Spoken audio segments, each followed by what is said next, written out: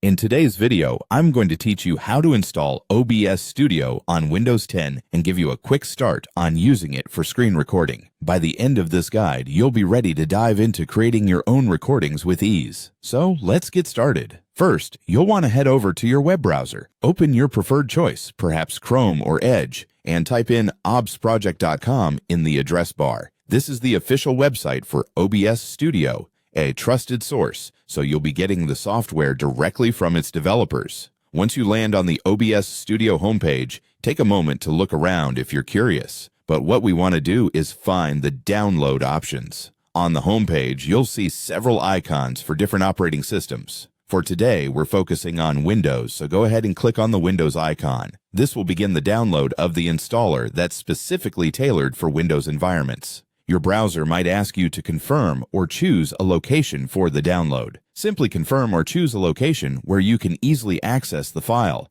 like your desktop or downloads folder. Once the download is complete, locate the installer file in your downloads directory and double-click to run it. At this point, Windows may prompt you with a security notice. Just click Yes to allow the installer to make changes to your device. The OBS Studio Setup Wizard will now open. It's quite straightforward and user-friendly, guiding you through the installation process step by step. Follow the on-screen instructions by clicking Next. Accept the license agreement when prompted. It's important to install the software where you have enough space, so when the wizard asks for a destination folder, the default location is usually fine unless you have specific needs to place it elsewhere. After clicking through, you might want to take note of any additional components or plugins that the installer offers. Most users can just stick with default selections. Finish up the installation by clicking on Install, and within a few moments, OBS Studio will be ready to use. Now that installation is complete, go ahead and open OBS Studio from your Start menu or desktop shortcut. When you launch it for the first time,